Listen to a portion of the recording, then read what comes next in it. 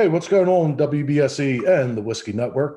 Today, we are here to do a tasting review of this year's Old Forester's birthday bourbon. It's released every year in September to celebrate the founder of Old Forester, George Brown's. This year, it's coming in at 104 proof, and it's 12 years old. Right.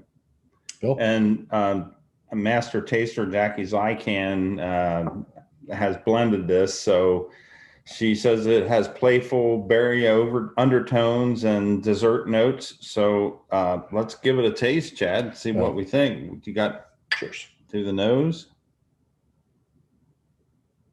A nice sweet nose. Yeah. You do get that raspberry that Jackie talks about. Definitely the Old Forester signature on the nose. Never met an Old Forester I didn't like. I'll say this with the birthday bourbons. I've had them. I haven't had the very early ones.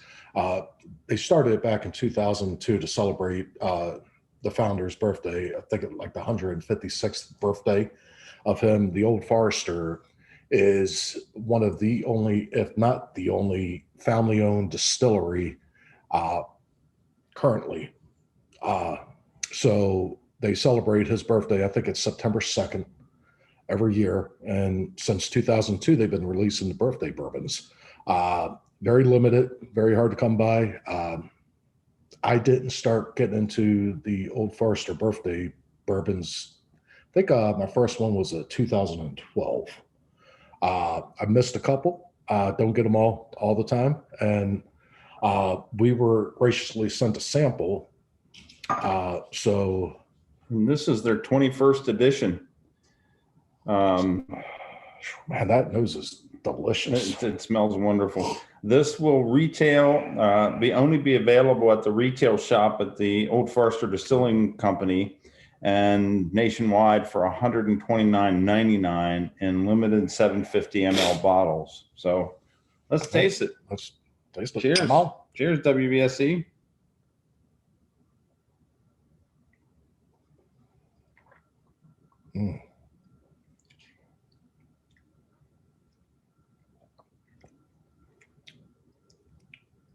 Wow.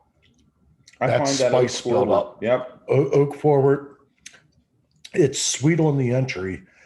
You get those that fruitiness Jackie was talking about in her tasting notes. And then it builds up to that peppery spice, that bacon spice. And that finish is long. Yes, it is. And it's got a wonderful mouthfeel, nice velvety mouthfeel. It's a bit dry, which is, I wouldn't have thought it would be as dry as this is, but it is just a long finish, a great product. Huge fan of Old Forester personally.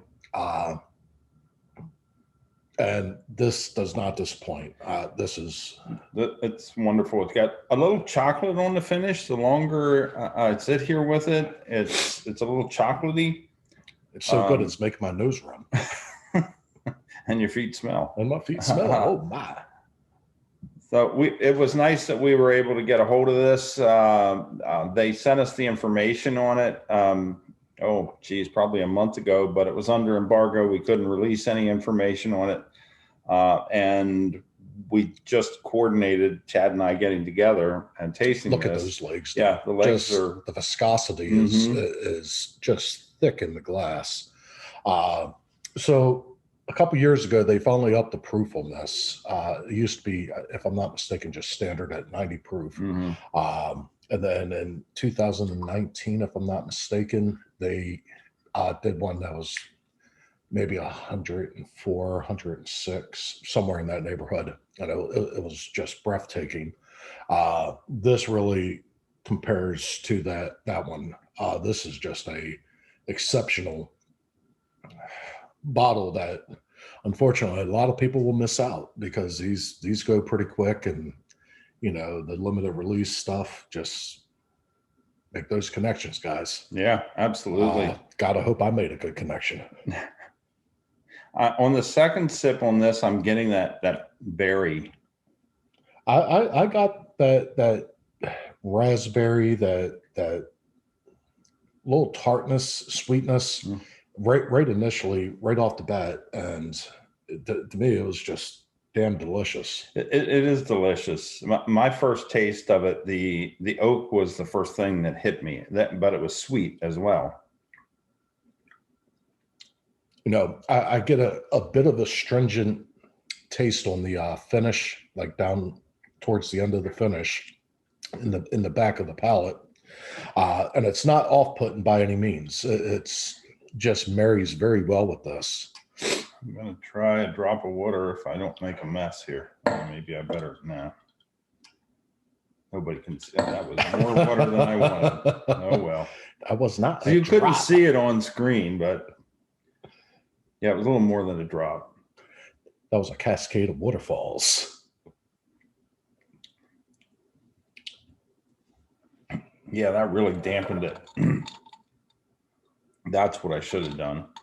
So if you don't have a dropper, what you could do is just dip your finger and you'll get a drop or two that falls into the glass. And not a whole teaspoonful like I poured into it.